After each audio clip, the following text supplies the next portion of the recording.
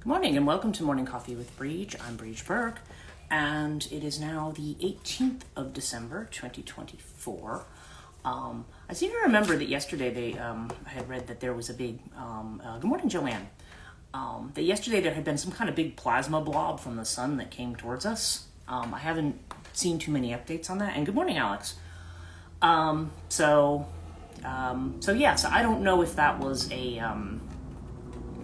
if that happened yesterday, if that had kind of an impact on anything. Yesterday actually turned out to be a very nice day here. It got to be sunny and it was like 54. So I was able to go out and do some things. Although Ellen, those of you who, if you know Ellen, well, she was on yesterday, actually. Yesterday morning, she was on the live stream.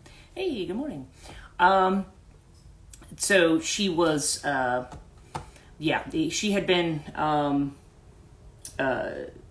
usually we all play D&D in the afternoon, and it got to 50 here is what Joanne's saying. Yeah, it was kind of nice. And today's going to get that warm too, though I'm going out tonight, and it turns out the exact time I'm going out, it's going to rain and be drizzly and dark. I'm like, yay! So, any case, it'll be fine. I mean, I'm spending time with friends, and, weather is not always, as long as it's not snowing and icing, I mean, we'll live with whatever happens, right? So, so that's kind of the thing right now. Had a very, I don't know if I had a strange night or not. It was more like, last night was more of like an epiphany night where I was having epiphanies. Today it's more like an emotional dumping kind of a day. I don't know. One of those things where you wake up and you're kind of going through a lot of emotional stuff. So I just think it's one of those days that's going to be kind of like that. But it is Neptune. I'm trying to think. I think Chiron is actually opposed Lilith today. I don't know. I can't remember if I've got that right. But there is a Chiron opposition, and I think it's Chiron in Aries opposed to Lilith. And Lilith I think is in Libra then.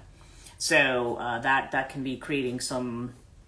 If those of us lately feel like certain wounds are being brought up, or that there's just certain stuff that's happening, that could be potentially be part of the reason why. And today's just a day for me where I want to catch up on the ISFM stuff for next year, Reiki class. I'm going to be offering readings. This is the time of year. Joanne says, cleaned a huge Airbnb yesterday to help my friend. She's backed up and I feel I got hit by a bus. I'm out of shape. Well, when you have to do a lot of work like that after a long time, going through, it's amazing how much house cleaning can really, or just clearing a space out can take a toll on your physical body. Like I know when I was emptying stuff into the dumpster, I was last week or the week before, I was just spent by the end of it. I think we even had a couple of days where I didn't do a live stream in the morning because I was just like, I'm so tired. I can't, I just can't right now, So, so I'll be doing that, and then, what was the other thing I had? Yeah, everybody was funny. I posted something on Facebook the other day, like, I finished grading semester papers, and everyone's like, yay, now you can take a vacation. I was like, haha, no.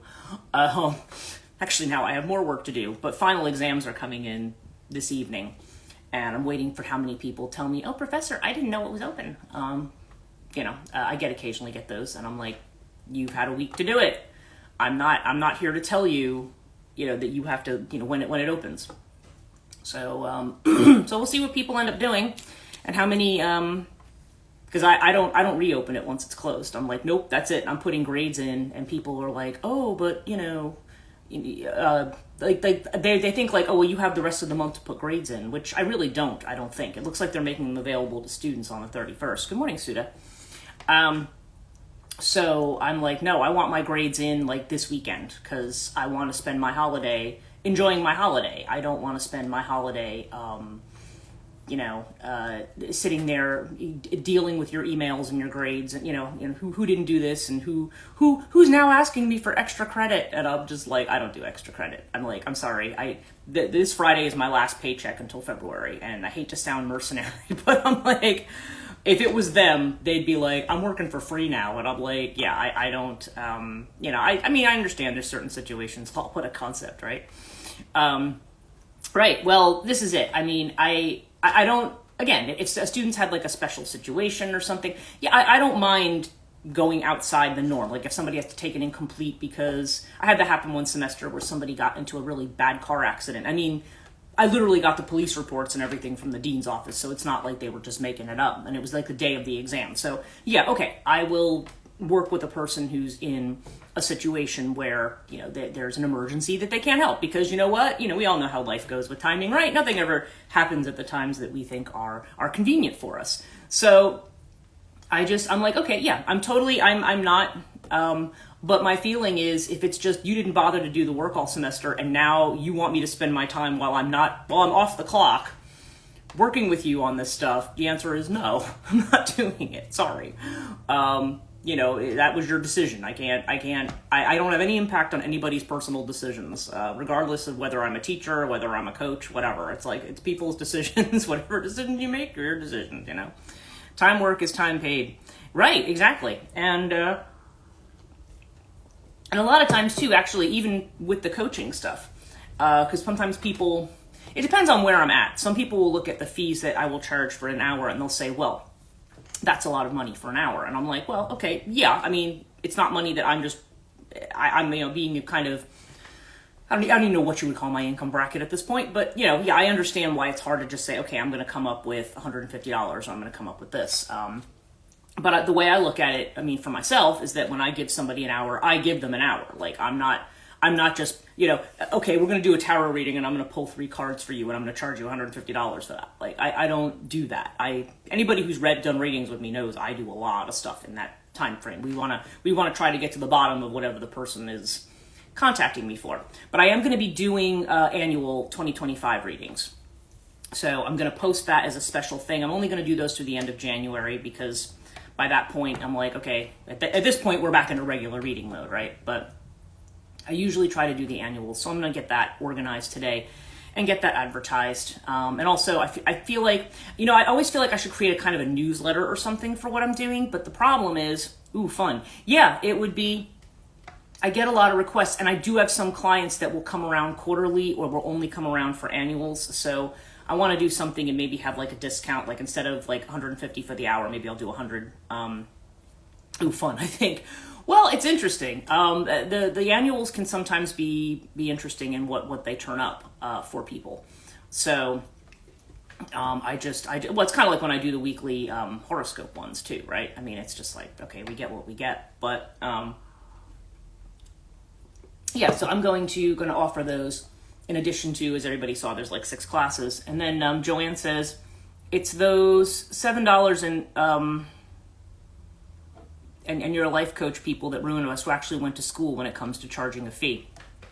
Yeah, well, that's just it. And it's hard. Like in the UK, for instance, I know that tarot readings tend to go for about 35 to 40 pounds is generally like what I've seen in Glastonbury and in different places, that's what they charge, which is really only, it's like $50.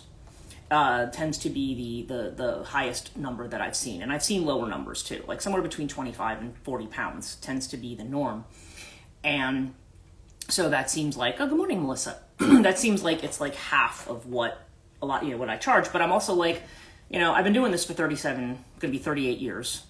And this is just, you know, yeah, I know that there's people who are in a position to say like, oh, I'll just take your donations or I'll do this. But that's kind of, and got Melissa twice. Maybe she just did one and then the other. And, oh, good morning.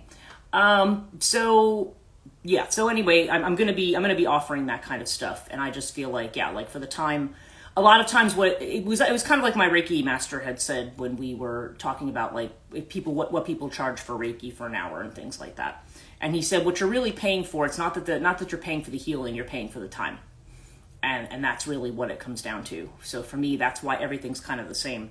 Alex says, I know popular tarot readers that charge over $300 for a reading, so you're very reasonable. Well, that's it, yeah, and some people do, and if they have a lot of visibility, then they might do that. But for me, I find if I start charging those rates, like if I start charging, you know, $500-600 just for like one class with me, great. I need to connect you with my kid. Yeah, if she wants a reading, absolutely. But it's just you know, like I said, like for the school, I was charging $600, but that was 4 different teachers, 4 classes, a project. That's not just, you know, one lecture. I mean, But even when I used to offer the online, like I had an online mythology, I had an online religion, and I was charging that much because I have a PhD. 300. I don't think Lori Cabot charges that. Well, Lori Cabot's kind of her own. Yeah, I mean, she's.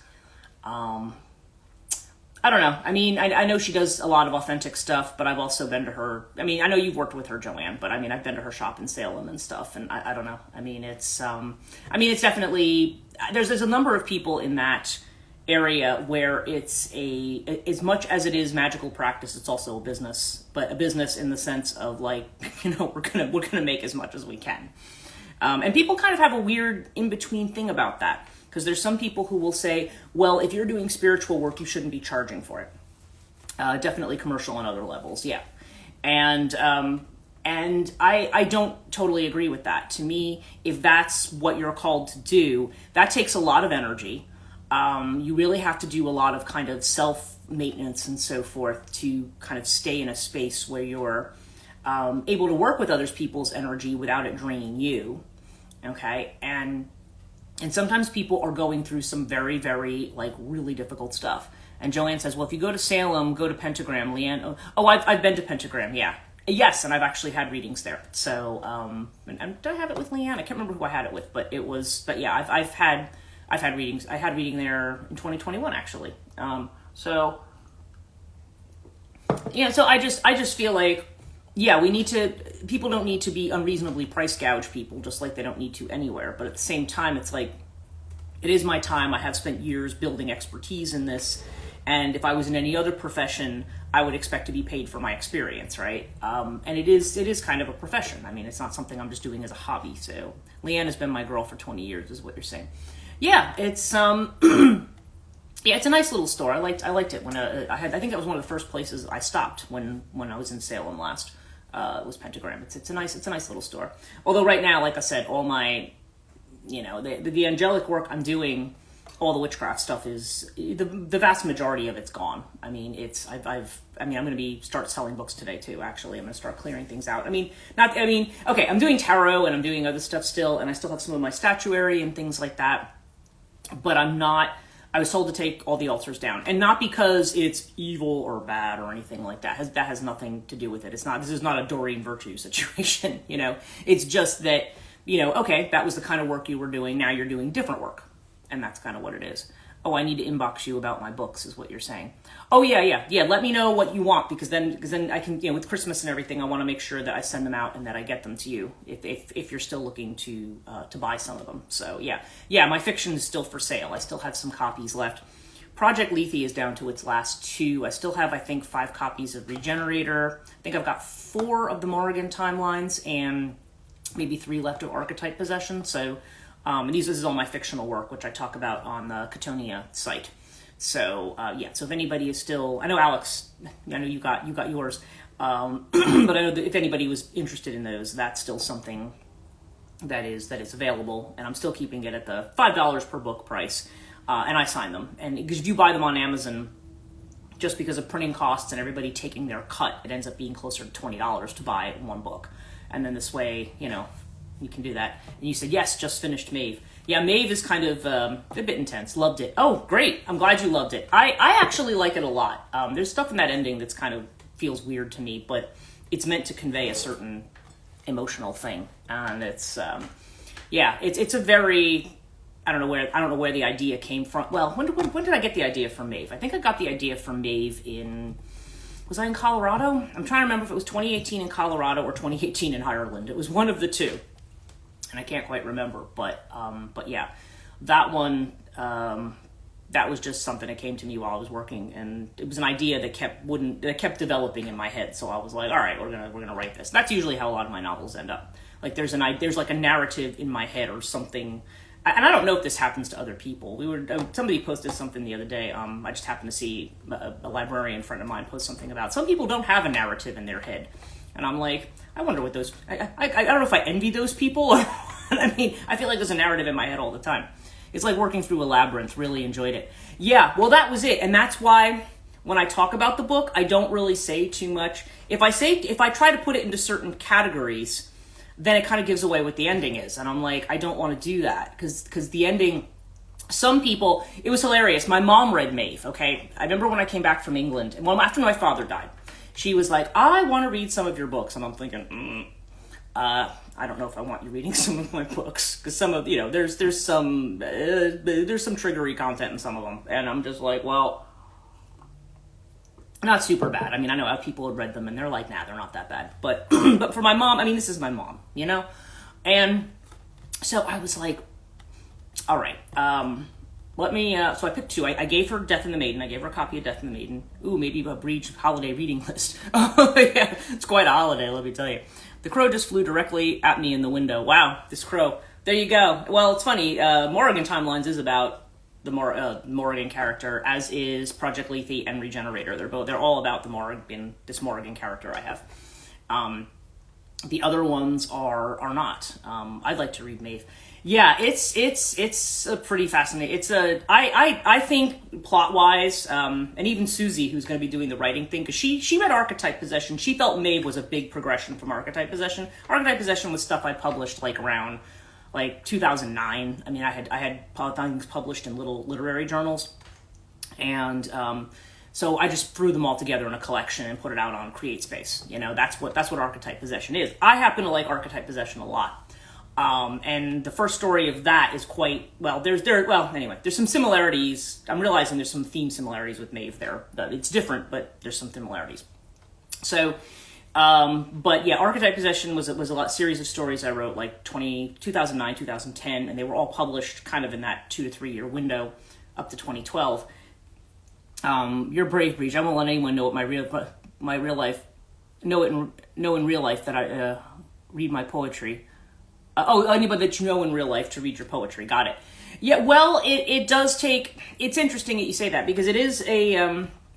because when you put a work out there, there's something that feels very personal about it. So if people are critical of it, or they say, oh, I don't like this sucks, or I can't believe you wrote that. For me, it's more...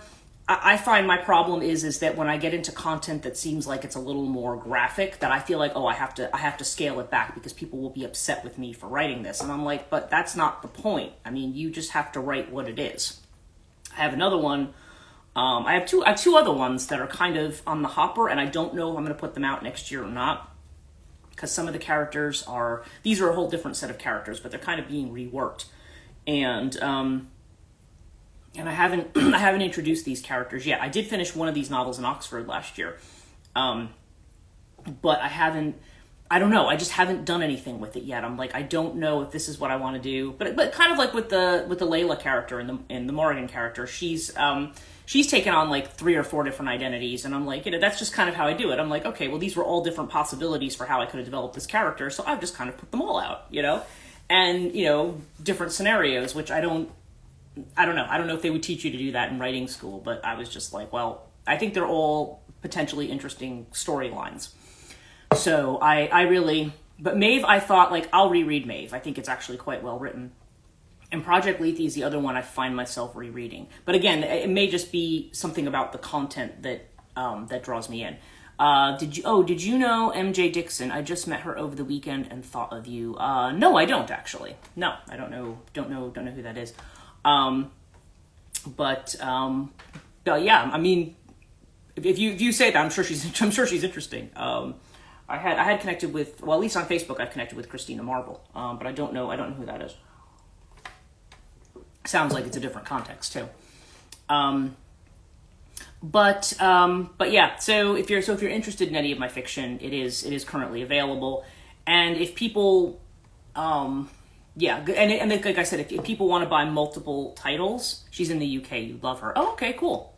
Yeah, if you want to buy multiple titles, if you want to buy people who want to buy multiple copies of the same thing, the links are set up to do that. But if you want to say, oh, I want to buy one of this and I want to buy one of that, the way that Squarespace is set up is it's like, oh, okay, well, now you put your credit card in separately for this, and then you put it in, because I don't have a Squarespace store. That would be like another e-commerce app. Right now I just use it to have the links to sell stuff. So that's why I've said to people, if you want to buy multiple, I want to buy, one copy of each of these, for example, then what I will do is I will say, okay, just DM me, And what we'll do is I will tell you what the price will be. If, like with Alex, I mean, she wanted $3 and I was like, okay, these all fit into one package and I can send it for like, the same price as I would send for each one individually. So I'm not going to charge you $15 for shipping when it's only going to cost me $5. So that's what I did. We just kind of worked it out that way. And then it was just like PayPal or Venmo the money or whatever. And we'll figure it out that way. Cause I'm willing to do that as well because obviously if people want to buy multiple titles, great. I'm I feel like, no, you can only buy one. And it's just the way that it's set up. But if people just want to buy one, then the links there are there, and I would get the order. It would come in through my Square app, and then I could just process it from there and send it out. So anyway, it's this is that's kind of what's new, and that's kind of what I'm working on right now. The topic that I had been thinking of this morning when I woke up, I was thinking about the fact that we are moving into, numerologically, we're moving into the year of the Hermit. Okay, so this is the 9s. And so, so this is, of course, very scorpionic energy. And the Hermit is interesting because it has to do with the way in which we are a light unto ourselves. I have Crowley's version of it as well. This Hermit as well. There's this way in which we are, you have, it's like, it's like the light that has been kind of contained within here. This is, some people have said like this is like the star, and it's kind of like it's time to let the star out of the lantern kind of thing, right? But I think there's also this sense of needing to take time out to reflect. I mean, certainly if we want to look at this on a cultural level, in a world where we're very, very divided and our identity is like, are you in this camp or are you in this camp? Certainly the Hermit may be a need to take a step back and reflect on things and to say, okay, is this really the way that, is this the most productive way to be as a society, right? And why do we have certain reactions and why do we do certain things?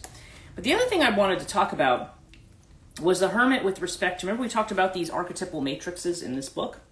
I wanted to talk about the Hermit constellation, which is the last one, and that is the 9s, because the 9s are coming up a lot, and 9 is the actual number that we're talking about here. And when you read tarot, you think of 9 as being, 10s are really the completion, right? But 9 is just like that, one of those last steps before, like that last push to the finish line is what we really see, at least in some cases. So I'm just going to read to you what they say about the Hermit constellation, which is here. I don't know if I can show it very well on here. My back cover's falling off. I use this book a lot. This is not a book I'm going to be throwing out. The archetypal matrix is called the bridge. The Hermit is the bridge, a cross-cultural symbol of transitions, ending in beginnings, the process of crossing. This matrix holds 1 challenge and 3 resources for completing the old and opening the new. So I'll read what she says about this. And this is Angelis Arian. She's a anthropologist. I don't know if she was at Pacifica or not, but she was somebody, she's talked a lot about tarot symbolism. Excuse me, I need this for a minute. Okay. So the Hermit constellation contains the principle of introspection and completion, and shows us the way that completion opens the space to initiate or expand something new. The archetype of the way shower within points to one major challenge that we meet during times of introspection, completion, and transition. Cruelty, which is the 9 of Swords, the beast of self-criticalness and self-doubt born of perfectionism, and that stops us. Yet at the same time, the Hermit reminds us that we have 3 internal gifts that counter self-judgment. Deep inner spirit is only strong, and if we trust ourselves to tap into our strength, which is the 9 of Wands, when our heart is involved in what we do, we complete things happily, the 9 of Cups. When we trust our inner guidance, we are aligned with our purpose and always stand to gain. That's the 9 of Discs, or 9 of Pentacles. Manifesting internal wisdom externally is bringing light into the darkness like the moon. While the Hermit expresses the internal choice-making, because the moon is also on the Hermit constellation because the number is 18 and it adds up to 9. Okay, it reminds us of the universal moment-by-moment choice of falling back into the old, dutiful false persona, or of stepping forward into expanded expression of our authentic self. The moon is the inner light of the Hermit shining forth in the darkness. Okay, so they're comparing it to the moon more than the star. The result of internal wisdom's unwillingness to abandon truth or authenticity is the capacity to bring more light and awareness to every transition or crossing, bridging within ourselves the familiar with the unknown. Okay, so that's interesting too, because it talks about, and I think that's actually kind of a fitting theme, because we are, I think right now everybody, in a lot of ways, personally, collectively, we're in a transitional kind of space, and we are trying to move forward, and then there is that point where we feel very confused, especially like with a lot of the Neptunian energy that's been around recently. I think there's a feeling of like, okay, do I, we want to move forward. We want to do something new. We want to be new. We want to say, yes, I'm tired of the old. I'm tired of all the, the shackles of the old, all the things that keep us in place. But then when we have to step into the new, we're kind of like, well, I don't know, Joanne says no comment. I don't know, maybe it's better if I just do this. I don't really want to upset this person, and I don't want to do that. And yeah, and it's just, and then we might start to feel very uncomfortable, because it often means that we have to, that certain, because that's certainly, like I said, I was talking yesterday about certain things that we do, when that way of doing things, when we like, well, I'm just going to go back and do it the old reliable way. And then when it doesn't work the old reliable way, we're like, then we are in a panic. We become depressed. We may become angry. We may become, irritable. And, it's like everyone else around us is just in my way. Like we may have that kind of feeling and that kind of energy. But what's really going on here is you're going through a transition, and it's very hard to be patient with those kinds of transitions, because it's a very uncomfortable place to be. Now, if you look at it, I mean, she does it from the Crowley deck, but I have the Rider-Waite ones, I think, are what we're more familiar with. So, yeah, so the energy we're talking about here is Nine of Swords energy, right? So the Nine of Swords, as you see the person here, you've got the 9 swords kind of hanging in the black. Now, black backgrounds in tarot, of course, they represent that, they tend to be a little more negative in their inflection, right? They tend to represent places of darkness, places where we don't have clarity, really is probably the best way to put it. And you see this person like sitting up in bed. Now the person's wearing white, interestingly, but they're sitting there weeping. And it's like, this is the person who is kept awake at night, the person who can't sleep. And this is a card of mental cruelty. Now what's interesting is that I think even in Arthur Edward Waite's interpretation of this card, there's the idea that what is tormenting us is not real, okay? In other words, just kind of like with the 8 of Swords, where people feel like they're just tied up and they can't, they're stuck and can't see the way forward. But really, it wouldn't take very much for them to move and to see and to get out of the situation that they're in, but they feel like they're stuck in it. Similarly with this, these 9 swords are like hanging over the head. Not quite the sword of Damocles, but but nonetheless, there's these 9 swords that are right over you.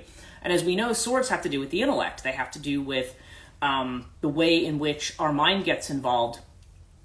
And frequently, this is often the card of what I think of as catastrophization. Like that's what they talk about in therapeutic context, where you have something happen to you, and it just seems like everything goes wrong when something happens to you. It's like, okay, I ran out of gas, and I'm in the middle of nowhere, and I have no battery in my phone. Ugh, now what am I going to do?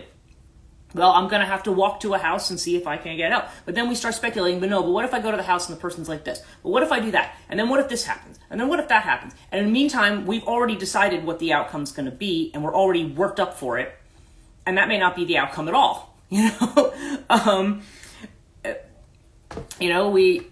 It's just, I think there was actually a therapist who used that exact example. And I remember she said, like, the person gets angrier and angrier when they walk because they're assuming, well, this is a neighborhood. They're probably going to pull a gun out on me. They're probably going to do this. They're probably going to do that. And then when they finally knock on the door and the person answers, they're like, I don't need your help anyway. And they walk away. And it's like, well, wait a minute. You still don't know whether they were going to, you still don't know what the outcome's going to be. But we get into those mental modes where we project.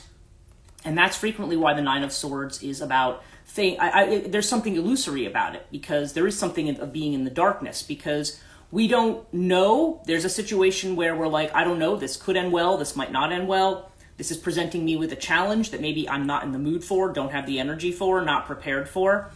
It could be, I was totally in that energy last night. Yeah, me too, actually. And it's, so there was something, and I don't know, the messages I got about this morning, they're like, yeah, it's kind of the Neptunian energy, that we're in this space where we're not necessarily seeing certain things clearly. But this affects us emotionally, and it kind of was making me think about the connection between the heart and the mind, because the mind can make us, the mind can really weigh the heart down in this kind of a way. I have to stop being a mirror. Well, yeah, and that's the thing. Well, I mean, I don't know if we can stop being a mirror, because that's the only way we ever see ourselves. But yeah, other people may put their projections onto you, leave others to feel their feelings, right? Can be a reciprocal thing, because a lot of times, we look to what other people are doing, and then, we're kind of going back and forth, and there tends to be, And again, if somebody's willing to be introspective about it, then they might say, okay, wait, what's going on here? Is this really how this person feels? Is this me? Is this really about something else? But the thing is, we sometimes can mirror pong. Yeah, right. There you go. Mirror pong. That was. I'm still in that energy today. Yeah. Well, I think a lot of us are. There's just a really kind of heavy energy lately, and that I know I'm working through that on my own end, but I know that there's other people working through stuff as well. But yeah, you've got this Nine of Swords energy, and the Nine of Swords is just, but that's what I always remind myself, and what I remind people when I read for them, is when that card comes up, there is a way out of it. In other words, the projected outcome is either not the outcome or not necessarily the outcome. Okay, we may be making it worse in our head. I'm so over it. You're saying, yeah. Well, I think a lot of we get tired of the things that we do, but just saying to our mind like, oh, this is stupid. Like, stop thinking this way. That doesn't really help. It just kind of, because we still feel that way, and oftentimes it ends up trying to make certain connections between ways that we feel. And this is called the card of self-cruelty. This is not necessarily what other people do. Nines are often about us. Weirdly, they're about us. Tens are about the community. Nines are about us. So this is about the way in which we torture ourselves. And this is something that, I mean, it's such a part of human nature, and it's just part of that narrative that I feel like the universe is trying to move us away from. They're trying to say, no, you have a reason to be joyful. You don't, the outcome's not going to be bad. You don't need to feel this way. But because we don't see it, the mind still comes in and fills in the gaps, because that's the way our brains tend to work. We tend to come in and it tries to, when we see something that's incomplete, we try to fill in the, color in the lines there, fill it in, right? Instead of leaving empty space. But if we look at our other three cards, you're a pro with that. Yeah. I think a lot of people are. So our Nine of Pentacles here. Now, this is often the card of financial independence, okay? That's why I say it's about us. It's not about other people. You've got financial independence here. So this is the woman who clearly, seeing how many pentacles there are, she has a lot. She may have enough to share, but she is self-sufficient. In love readings, this tends to come up and people will say, okay, maybe this is you preferring to be single or the other person preferring to be single. Sometimes that comes up. Joanne says, and as a therapist, I argue with my mentor all the time. He says that's what makes a good therapist. Well, yeah, I mean, it can be. Therapists are kind of working through a lot of those thought processes. That's what, it was a good thing on Philemon is Alive the other day, at Philemon is Alive, where he talks about trauma. And he talks about the way, the certain trauma responses that people have, and how it's the therapist's job to kind of root out like where this trauma is coming from. What is the source of it? Which is a lot of times why, people want to go back to childhood, or they want to go back to certain patterns. Sometimes that doesn't always explain everything. And there just can be certain life experiences, and it's not always about sometimes what we feel emotionally either. I mean, we can black certain things out in our mind. We can forget, certain things that happen. But in any case, this is very, very, this is about, that kind of energy, that the being self-sufficient. Nine of Cups. Now, what's been pointed out here many times is that the person on this card has his arms folded, right? He looks pretty satisfied. He's got the 9 cups. His arms are folded, but think about it. The arms folded can also mean my heart is closed, right? I'm I'm within my own space and I've blocked other things out. Now, interestingly, this is the wish card. This is like you getting what you want. The Ten of Cups is more like a wish card, but in a community. Again, it's like, you know, it's good for you and it's good for everybody else. But I also think, but I don't necessarily think that this has to be a closed heart kind of card. I think it's saying that we have to take care of ourselves before we can then share with other people. You have to have enough to be able to give to others. If you don't have anything, then, you know, if you don't have anything to give, if you don't have self-love, how are you going to have love for other people, right? And a lot of times that's what the loop is. We come around and it's like, we have external situations that push our buttons, but it comes around to how do I actually feel about myself? How many of these judgments have I internalized and decided that that's who I is? Yep, oxygen mask is what she's saying. Yeah, it's like, yeah, right. Put yours on before somebody else's, right? Like they tell you on the airplane. It's just you need to take care of yourself. But we live in a culture that often tells us, oh God, 4 little bluebirds just landed right outside on my window. That's really interesting. Speaking of bird omens, right? But it's just this thing of, you have to, and that's the hardest thing. A lot of times we find that we don't love ourselves, that we don't trust ourselves, that we experience things. Think about all we've been talking about with intuitive development, right? And we're just like, yeah, well, I don't know. I'm probably just delusional. I'm probably just this. I'm probably just that. We don't trust our own energy. We don't trust our own decision making because our whole life we've been taught to doubt everything that we experience. So learning to love yourself is actually the first thing you need to do. And really that is the journey that at least should be made with, if you're in therapy, it should be trying to figure out, okay, where am I stuck here?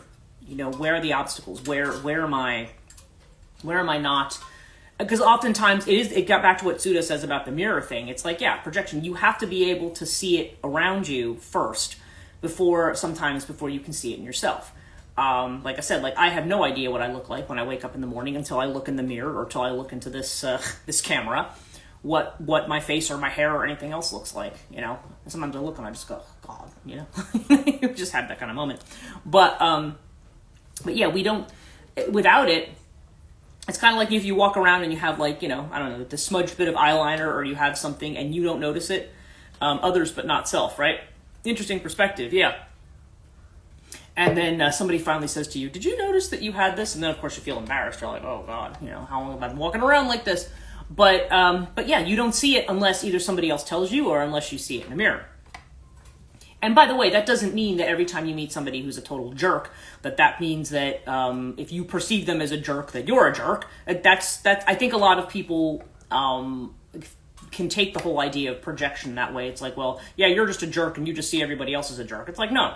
It means that what you're seeing in them that you don't like may be something that, true or not true, usually not true, there's your Nine of Swords energy, is your judgment about yourself, or some aspect of it is of the decision-making process or something, or how you would see no, I think this is the way this situation should be solved or should be handled.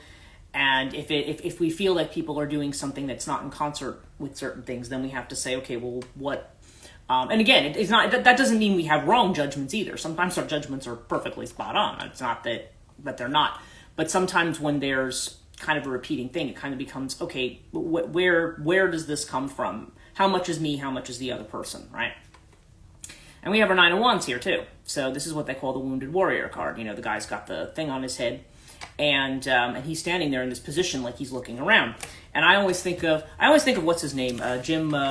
Oh God, he's an Australian comedian, Jim. Can't think of his last name. But anyway, he did this. More nines. Well, that's it. Yeah, this is kind of our thing about the Hermit constellation, right? And I remember him talking about it was his little spiel on guns and gun ownership and stuff like that. And he had said, people who say that they need a gun for protection, he's like, what kind of life do you live that you're like this all the time? And I always think of that, you're around every corner doing this, like you're expecting to be assassinated at any minute. But that's the energy of the Nine of Wands. The guy in that card's just like, and that's that hyper vigilant kind of energy that the Nine of Wands has. And that's kind of what I end up seeing there. And it's like, because a lot of times, sometimes when we're trying to deal with that, and that's what I was thinking about this morning too. A lot, we have to get up every day and get on with our lives and do our things. People who have families have to take care of their families, right? We have jobs, we have stuff we've got to do. And so we don't have the space to be paralyzed by the Nine of Swords energy. So, then it becomes this sublimation of it, and then I don't know. It just kind of ends up becoming this toxic cycle. It's like, okay, there needs to be a way to express this. There needs to be a way to be in balance. But between the way we're negotiating the internal and the external, which again, maybe this is also why we're being pushed a lot towards looking at what it means to be in relationship. Because again, in relationship doesn't just mean, oh, this person's my spouse, or oh, this person's a family member, or oh, this person's a friend. How do we come in relationship with the outside in general? We always exist in relation to something. And that relation can be, I don't know, I suppose you could call it positive or negative. That might be kind of subjective, but, where does energy flow, and where does it get stuck? And that's kind of the thing there, because when you're really dealing with the outside, again, if you think about it as like being in that center, and it's that very chaotic circle that runs around you, there's always going to be tension in there. There's always going to be tension. There's going to be people who reflect tension back at you. And you may sit there and go, well, geez, what did I do? And you know what I mean? And it's not really, but that's the thing too, it's not really about us. It's about them and what they're doing and what they're going through. And it's like trying to, especially when you have a very open heart, it's very hard not to take that personally, because you want to be open-hearted towards people. You want to find the solution. You want to find the resolution. And when you have people who are just fighting with you about stuff that maybe has nothing to do with you, it's very, then you start to have the self-doubt. That's when people do the withdrawal thing. That's when they pull back and say, okay, I'm not going to participate in the world now because I feel wounded. And that's why the wounding and the rewounding keeps happening. And that's probably why in the one dream deck that I have, that they're like, you're going to be wounded all the time. Like, it's a condition of being alive. It's like Joseph Campbell says, it's like an opera, but it hurts. Okay, we're almost at the end of the live stream, but I need to do our reading for today. And oh, you would not believe. All right. Anyway, first card, Eight of Cups, letting go. All right, there's a little circle I was talking about, the little concentric circles, and kind of like you're in the middle and things are just kind of radiating out, energy radiates out. And if you threw more rocks in around, or little droplets, then there would be other intersecting circles and droplets and things like that. Kind of gets back to the idea of what they call it, the axis mundi, like the center of the world. And I think it was Black Elk who had said that his vision was that everybody has an axis mundi. Everybody is their own center. It's kind of like the theory of relativity, right? My friend, hey, boom chakalaka moment. Yep, that's right. Okay. So there's this idea that we are letting go. We are emotionally letting go and walking away from things. The inner feeling of which we're unaware. Yeah, we have this Three of Cups energy. We want to celebrate, but when we have things that are weighing us down, we, and we want to be open and so forth. And there's people maybe who are not in that mode. That's the thing. It's like, how do we keep that mode of, this is the three energy. This is about, I'm going to participate with other people, and of course participation is what we're aware of. These are both cards of participating, being with people, celebrating with friends, sharing love. But when I say share love, I don't mean it in a necessarily in any kind of intimate sense. It could just be sharing a kindness towards humanity, or sharing compassion, or sharing things like that, or just having fun, And what's our advice card today? Can anybody guess what the advice card is for today? All right. Anyway, I'm not going to wait for people, but it's the Hermit. It is the 9. It is the 9 card. Yeah. And this one, the aloneness card, right? So what is this monk doing? He's a light unto himself. Gets back to what I say about self-care. You have to be a light unto yourself. And when you let that light shine, other people will be drawn to that light. That's why, even though there's wounding going on, wow, yeah, you need to pull back and say, you know, you still shine your light, even if other people don't. You know, you still shine your light. That doesn't mean you're going to be like happy all the time. Okay. Nonetheless, you don't want it to diminish your light. You don't want it to say, well, you know, there's people who disagree with my light, so I'm going to just close it off and go home. Another version of take my ball and go home. I'm sick of being a hermit. I want to be a wanton wild woman. Well, you can, I guess. I mean, I won't tell you not to be. I mean, you know, it's, but the hermit really energy is just about being a light. And what is it about? This is about connecting to source. We have the Ace of Wands energy as the outcome here, connecting to source. Okay? So, yeah. And I think, you know, and that's just interesting too. Well, you should come to a ladies get together. It's the source thing is kind of, that's where we're being asked to connect, because that's where the center is. That's where the love is. Interestingly, we have something going on where we are actually, our solar system is quite literally in line with the galactic center of the Milky Way. We go through that. They're fantastic. To ladies, just being 100% yourself. Oh, for our ladies get together, is what Asuda's saying to Joanne. Yeah, it's source. Yeah, I mean, it's like we are connecting to that energy that is, you know, that really is what flows through all of us.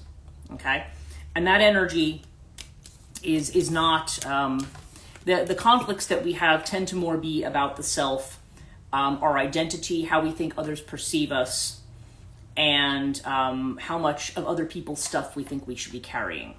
Okay, and those are often the things that we're negotiating, especially when you're trying to open up your heart to people.